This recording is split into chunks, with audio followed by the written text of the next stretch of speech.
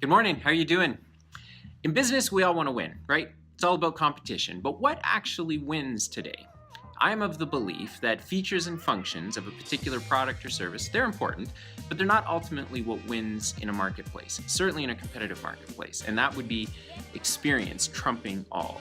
The customer experience is what creates the most value today, and the most value is what gets you the most revenue. And if you can manage your bottom line, that's what gets you the most profitable. So the headline that caused me to be interested in talking about this today is instant bank transfers are coming to PayPal and Venmo. So you might recall that last week I talked about how the banks, or a large number of banks in the US, have been working together for the last couple of years and have launched a product called Zelle. I think that's how you say it. I think it's Zelle.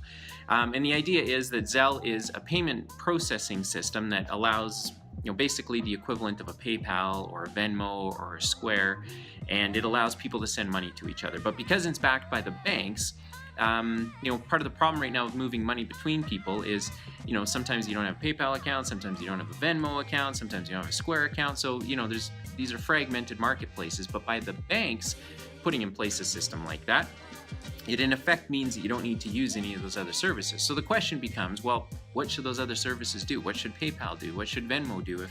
If their businesses are going to survive and compete against a new, better system that the banks have put together, if you can believe that, how do they do it? Well, this article says that instant bank transfers are going to be something that is going to be introduced by these companies. And while I think that's important, the truth is that's a feature, that's a function.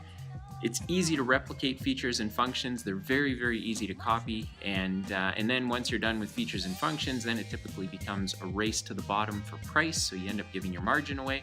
So in this particular case, it just reminded me that while features and functions are important, the customer experience is ultimately the only thing that your business should be focused on.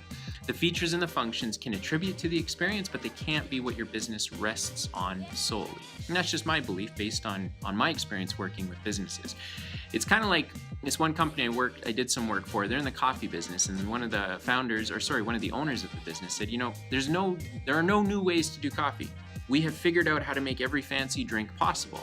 So if we're going to go compete in the marketplace now, we have to figure out how we're going to deliver a better experience, and that involved introducing a new product, a new revenue line, utilizing a base of resources and assets this particular business had. But I'm reminded of that as I think of this particular article where PayPal and Venmo and these fragmented niche market players, they really think, maybe they don't, maybe they do, maybe they don't, I don't know. But features and functions aren't going to give them a real leg up against the banks, because let's face it, instant bank transfer. So within 30 minutes, your money is there instead of a day or two. The banks are going to be able to do that. With this Zelle system that they've created, they can do the same thing. So that's not going to win market share, much less maintain market share.